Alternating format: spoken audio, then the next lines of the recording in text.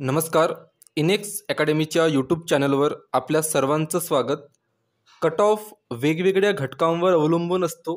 त्यात सर्वात महत्त्वाचा घटक म्हणजे UGCकडून निश्चित केलेला 6% क्रायटेरिया. कट ऑफ खूप संवेदनशील विषय आहे, त्यामुळे खूप काळजीपूर्वक आम्ही विश्लेषण करणार आहोत. काळजीपूर्वक व्हिडिओ बघा, तुम्हाला सर्व काही व्यवस्थित समजेल. महाराष्ट्र सेट 2025साठी 1,10,412 उमेदवारांनी अर्ज केला होता. त्यापैकी 90,446 उमेदवारांनी परीक्षा दिलेली आहे. 90,446 ही संख्या आपल्यासाठी खूप महत्त्वाची आहे. आता सेट परीक्षेसाठी UGCने 6% क्रायटेरिया निश्चित केलेला आहे. म्हणजे जेवढे उमेदवार परीक्षा देतील त्यामधून 6% उमेदवारांना उत्तीर्ण करायचं, अशा प्रकारचा हा नियम असतो. यावेळेस 90,446 उमेदवारांनी परीक्षा दिलेली आहे. 90,446चे 6% 5,477 येतात. म्हणजे यावेळेस 5,477 उमेदवार निश्चितपणे उत्तीर्ण होतील. त्यानंतर काही 200 ते 300 उमेदवार एक्स्ट्रा उत्तीर्ण होतील. त्याचं पण मी तुम्हाला कारण सांगतो. फॉर एक्झाम्पल, 5 उमेदवारांनी 100 मार्क्सची एक परीक्षा दिली. त्यांना 100, 98, 95, 95, 90 असे गुण मिळाले. तुम्हाला 3 विद्यार्थी निवडायचे आहेत. जे टॉप 3 असतील ते तुम्हाला निवडायचे आहेत. आपण टॉप 3 निवडले. आता for example A, B, C यांना आपण निवडणार.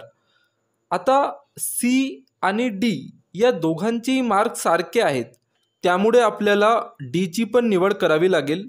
आपल्याला 3 निवडायचे होते, पण कॉमन मार्क्समुळे 4 निवडावे लागले. सेटमध्ये पण हजारो उमेदवार परीक्षा देतात, त्यामुळे कॉमन मार्क्स खूप उमेदवारांना असतात.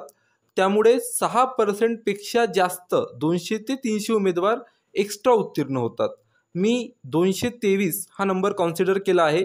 यामध्ये ±50 उमेदवार होऊ शकतात. प्रत्येक वर्षी 200 ते 300 सीट्स या प्रकारे तयार होतात.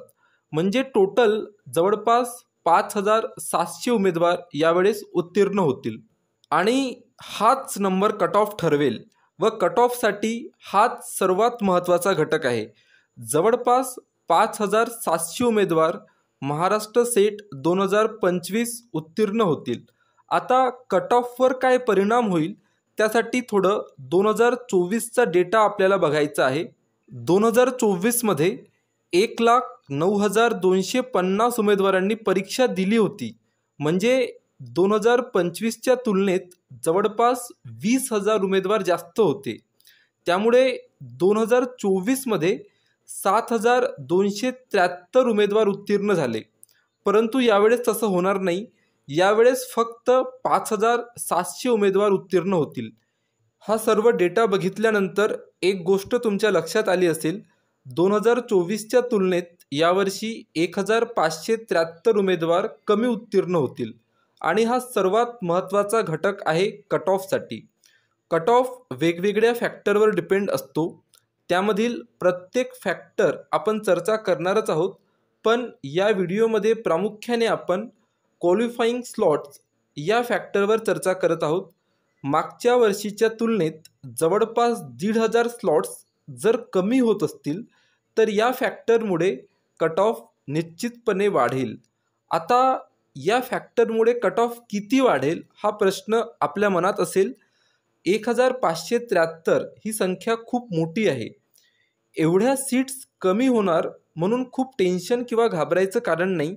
कारण या सीट्स फक्त एका सब्जेक्टच्या नाही, या सीट्स सर्व 32 विषयांच्या आहेत.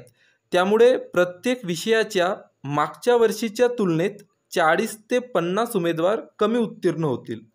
म्हणजे हा जो 1,573 सीट्सचा इम्पॅक्ट प्रत्येक सब्जेक्टमध्ये डिवाईड होईल. त्यामुळे साधारण प्रत्येक सब्जेक्टवर फक्त 40 ते 50 उमेदवारांच्या सीट्स कमी होतील.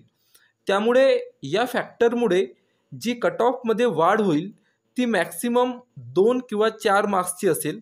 खूप जास्त वाढ होणार नाही. आपण या व्हिडिओमध्ये क्वालिफाईंग स्लॉट संदर्भात चर्चा केली. या प्रकारचे काही पुन्हा फॅक्टर्स आहेत, त्यावर पण आपण स्वतंत्रपणे चर्चा करणार आहोत. आपण आपल्या पेपरच्या काठिण्य पातळीसंबंधीचा फीडबॅक आम्हाला 9881127789 वर देऊ शकता. सर्व फॅक्टर्स व आपल्याकडून मिळालेला फीडबॅकचा अभ्यास करून आम्ही आपल्याला याच चॅनलवर सर्व विषयांचा एक्सपेक्टेड कट ऑफ लवकरच उपलब्ध करू. UGCच्या 6% क्रायटेरिया संदर्भात काही समजले नसेल तर आपण कमेंटमध्ये विचारू शकता. आपण पुढील व्हिडिओमध्ये पुन्हा काही फॅक्टर्स डिस्कस करू व त्यानंतर प्रत्येक विषयाचा एक्सपेक्टेड कट ऑफसुद्धा बघू. आपण आपला पेपरचा अनुभव आम्हाला 9881127789 वर पाठवू शकता.